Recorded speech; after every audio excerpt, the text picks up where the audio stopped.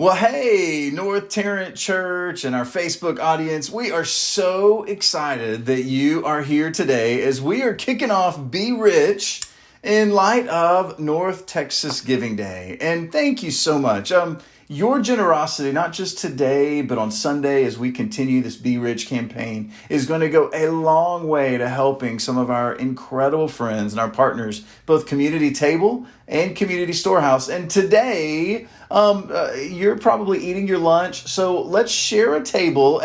I've got one of my good friends, one of your good friends from the Community Table, Jeff Groft here. Jeff, how are you doing today? Doing fantastic. Thank you. Good to Well, see you all. Hope you beautiful. left me some lunch.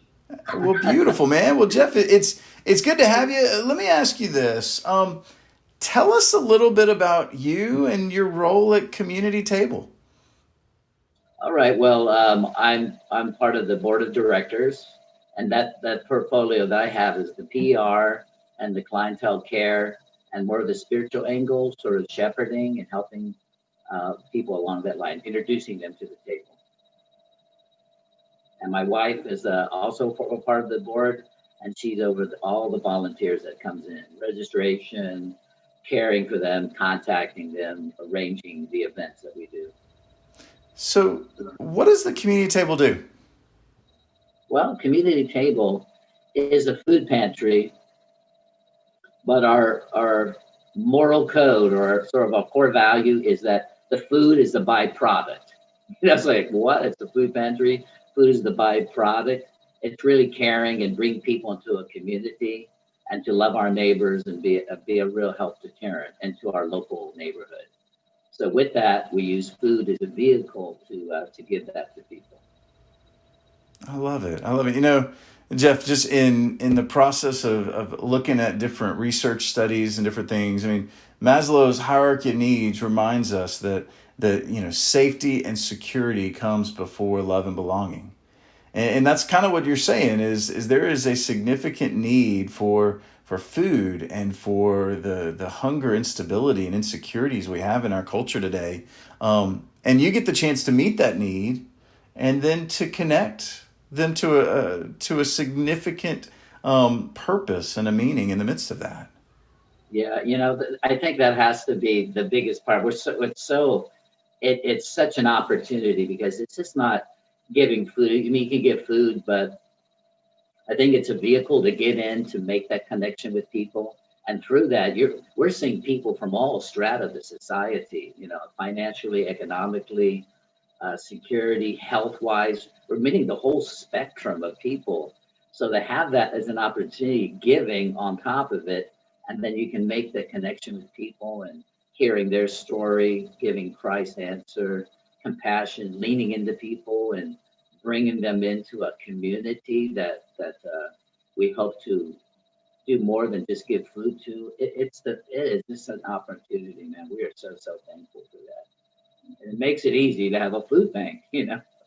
Certainly. Well, let me ask you this. You alluded to the fact that there's been people of all ranges, of all socioeconomics, of all realities.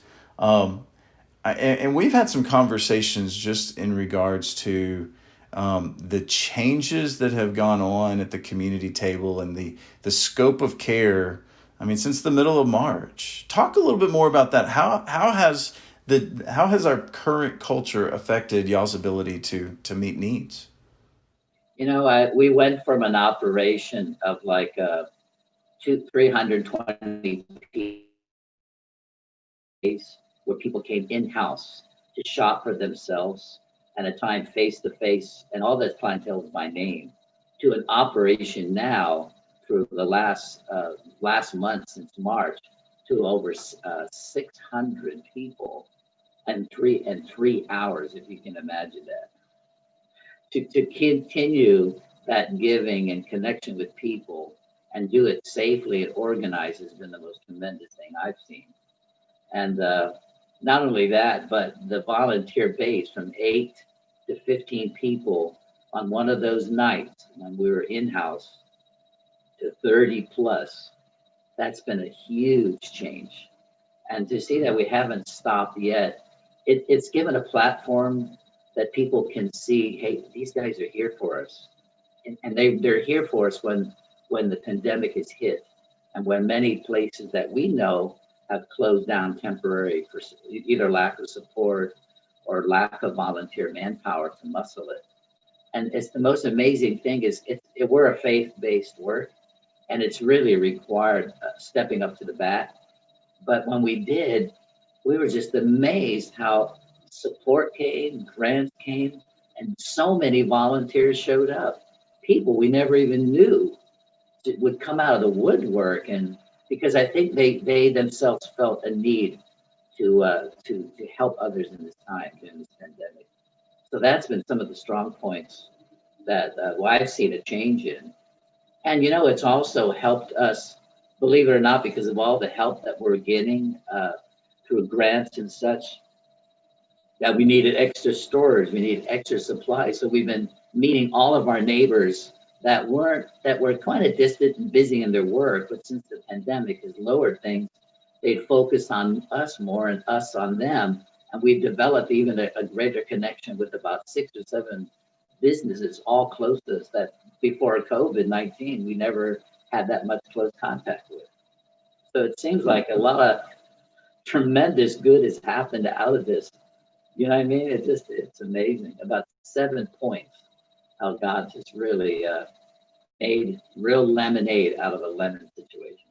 Jeff, that's incredible. So, and we've talked. I mean, y'all are serving food, or providing resources for families weekly. Which, I mean, even in many food pantries around here, a weekly gifts or weekly food gathering, oftentimes it's every other week, or in some instances it's once a month. But y'all have been able to maintain the 300 to 400 to 600 families on a weekly basis. It's great. That's incredible. Yeah, it's the coolest thing, and I think what really attracted Hannah and I here to see the faith to run this, because after one night of serving and giving out, I mean, we look in all those freezers and they are empty. I mean, we just wiped out that place. I was looking, so what's the plan in 2 days? And they went, oh, you're going to be amazed. And sure enough, that the next morning, after the day after that, just it was just so it's an adrenaline rush. I tell you what, to see you put God on the spot like that and how He returns it. Oh man, it's incredible. Jeff, Good for you. that's incredible. Yeah, So, it's cool. so let me ask you this. Yeah. Tell me this. How have you seen impacts? Like, tell me a story that's really touched your heart, or a story that when you wake up on Tuesday mornings to go feed, it's what gets you out of bed and excited about the chance to help and to serve another day. It's like a two-pronged answer in that, and it happens every Tuesday, and that is the amount of volunteers that show up that uh, that said that if it wasn't for giving back, they felt such a need to give back to help other people, and they just felt that living at home, they weren't doing that much. And to see others help lead that way, it made them easier to come out, to want to start giving. And that in coming to community table, they not only started giving and helping at community table, but in their neighbors and their friends. And I felt, man, if we could just be an instrument to help people, be an instrument of peace, that's so worth it. I look forward to that. As for the clients that we meet, that come through that line, there, I mean, quite a few of elderly people that have come through and said their monthly stipends were waning, and that they only had like $12 a week for food, and people that had 4 or 5 teens and their family, other families moving in with them, that this was a major part of their support. Boy, I tell you that's touching. And it's not only giving the food, we in that line and talking to people. I work an hour before we start, and one particular person has caught my attention, and he walked over an elderly man. He just said, I know there's something you're doing here. I just can't put my finger on it. And I didn't want to stop. But I saw you at the traffic and I came over. I'm a very proud man. And I don't know why I'm here. Can you tell me why I'm standing here? And we got into a beautiful conversation in 20 minutes. He prayed and received Jesus into his heart. And I said, let me help you. He said, no, that's enough. I had to take 15 minutes to give him at least about $30. And he was just standing there weeping, very well together kind of looking guy, lived in the neighborhood, and he had some marriageable problems. And I think just seeing that, it reminds you of the verse of, you just never know who's watching you, that light, God can make you a light to somebody. And I think every day I go there on Tuesday, something like that happens. And it really gets me out of bed, no matter how I'm feeling or into myself or bummed out or a backache. I just look forward to go there and know God can use this to do that. That's pretty cool. And it's a rush that I'm very happy to be addicted to. Of letting God use you. I'm a God spirit junkie. I'm really happy about that. It's cool. Jeff, I love it. I love it. I've heard many times that ultimately, finding purpose is allowing yourself to be a means to somebody else's end. That you're stepping into the gap. You're leveraging your resources. You're leveraging your abilities for the good of other people. That's where purpose is found. That we're not the dead end. That we get the chance to be a flow agent to help other people. Noah Tarrant, thank you for your generosity today. Thank you for being a part of an incredible story that God is writing through the community table and through Jeff and Hannah Groft. Jeff, thank you for being a part of us today. Thank you for being a part of this interview. And I hope you guys have a great North Texas Giving Day. Thank you. You too. We love you all. Thank you.